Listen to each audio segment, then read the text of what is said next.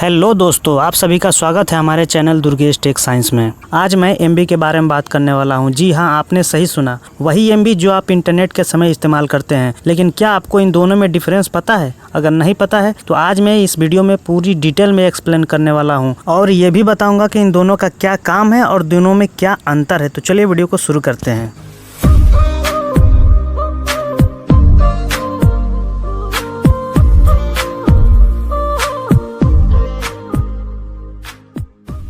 दोस्तों, सबसे पहले आपको इंटरनेट सर्विस प्रोवाइडर के बारे में जानना होगा। फॉर एग्जांपल, अगर आपके फ़ोन में जियो का सिम है तो जियो टेलीकॉम कंपनी आपको इंटरनेट चलाने के लिए इंटरनेट सर्विस प्रोवाइड करती है। यहाँ पर जियो टेलीकॉम कंपनी एक इंटरनेट सर्विस प्रोवाइडर होगी।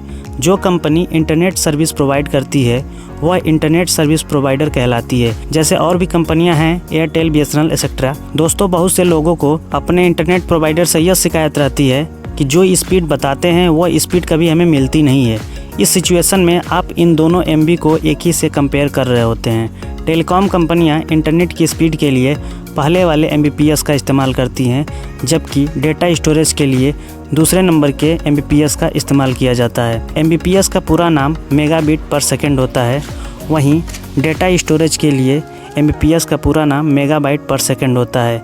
इसको शॉर्ट में ऐसे लिखते हैं। जहाँ एमबी का मतलब होता है मेगाबिट, वहीं डेटा स्टोरेज के लिए एमबी का मतलब होता है मेगाबाइट। यहाँ पर आपको छोटे बी और बड़े बी का ध्यान रखना होगा। छोटा बी बीट को दर्शाता है और बड़ा बी बाइट को दर्शाता है। यहाँ पर आप देख सकते हैं नेटवर्क की स्पीड की यूनिट कुछ इस प्रकार बढ़ती चली जाती है और डेटा स्टोरेज की यूनिट कुछ इस प्रकार बढ़ती चली जाती है। नेटवर्क की स्पीड की सबसे छोटी यूनिट बीट होती है, वहीं डेटा स्टोरेज की भी छोटी यूनिट बीट ही होती है। लेकिन इन दोनों में अंतर होता है। पहला अंतर ये होता है स्मॉल बी और कैपिटल बी का। दूसरा अंतर इन दोनों के वैल्यू में अंतर होता है। फॉर एग्जांपल, वहीं नेटवर्क की स्पीड की बात करें तो 8 बीट बराबर 0.008 किलो बीट होता है। वहीं डेटा स्टोरेज की बात करें तो 8 बीट बराबर 1 बाइट होता है। हम आपको इंटरनेट स्पीड और डेटा स्टोरेज को रिलेट करके एग्जाम्पल देते हैं, जिससे आपको और अच्छी तरह से समझ आएगा। अगर आपके मोबाइल में नेट की स्पीड 8 किलो बीट पर सेकेंड है तो आप अपने फ़ोन में 1 किलोबाइट की फ़ाइल 1 सेकंड में डाउनलोड कर सकते हैं, जो कि बहुत ही छोटी वैल्यू है। जो आप फ़ोटो अपलोड करते हैं वो भी 20 से 100 KB के बीच होता है। अगर ऐसे ही 128 किलो बीट पर सेकेंड की स्पीड हो तो आप अपने फ़ोन में 16 किलोबाइट की फ़ाइल 1 सेकंड में डाउनलोड कर सकते हैं। अगर ऐसे ही 256 किलो बीट पर सेकेंड की स्पीड हो तो आप अपने फ़ोन में 32 किलोबाइट की फ़ाइल 1 सेकंड में डाउनलोड कर सकते हैं। इस समय सभी के पास 4G हो गया है, जिससे स्पीड और अधिक आती है। अगर नेट की स्पीड 8 मेगाबिट पर सेकेंड है तो उसमें 1 मेगाबाइट की फ़ाइल 1 सेकंड में डाउनलोड हो जाती है।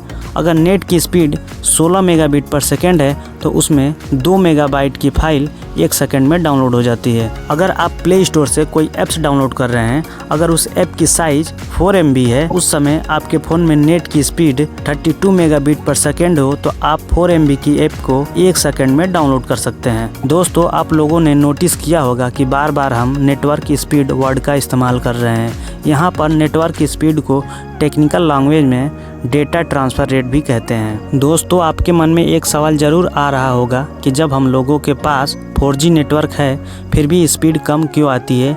इसका कारण यह है इंटरनेट यूजर की बढ़ती संख्या।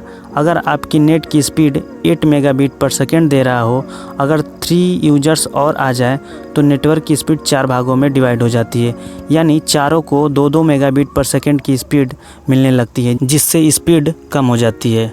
आपके मन में एक सवाल और आ रहा होगा कि हमारे पास 2 फ़ोन हैं, दोनों में 4G सिम है और दोनों एक ही जगह पर रखी है, लेकिन दोनों में नेटवर्क की स्पीड अलग अलग आ रही है। इसका कारण यह होता है कि उसमें नेटवर्क कनेक्टिविटी की जो इक्विपमेंट लगे होते हैं वो अलग अलग कैपेसिटी के होते हैं, जो कम या ज़्यादा नेटवर्क की स्पीड को ऑब्जर्व कर पाते हैं। दोस्तों, आपको पता चल गया होगा कि एमबीपीएस क्या होता है और इन दोनों में क्या डिफरेंस होता है। अगर फिर भी इस वीडियो से रिलेटेड कोई क्वेश्चन हो तो आप कमेंट बॉक्स में कमेंट कर सकते हैं। आई होप आपको वीडियो पसंद आई होगी। वीडियो को लाइक कर दी, क्योंकि आपकी एक लाइक और भी ऐसी अच्छी वीडियो बनाने के लिए हमें मोटिवेट करती है। और वीडियो को शेयर करें। अगर आप इस चैनल पर नए हैं तो चैनल को सब्सक्राइब जरूर करें।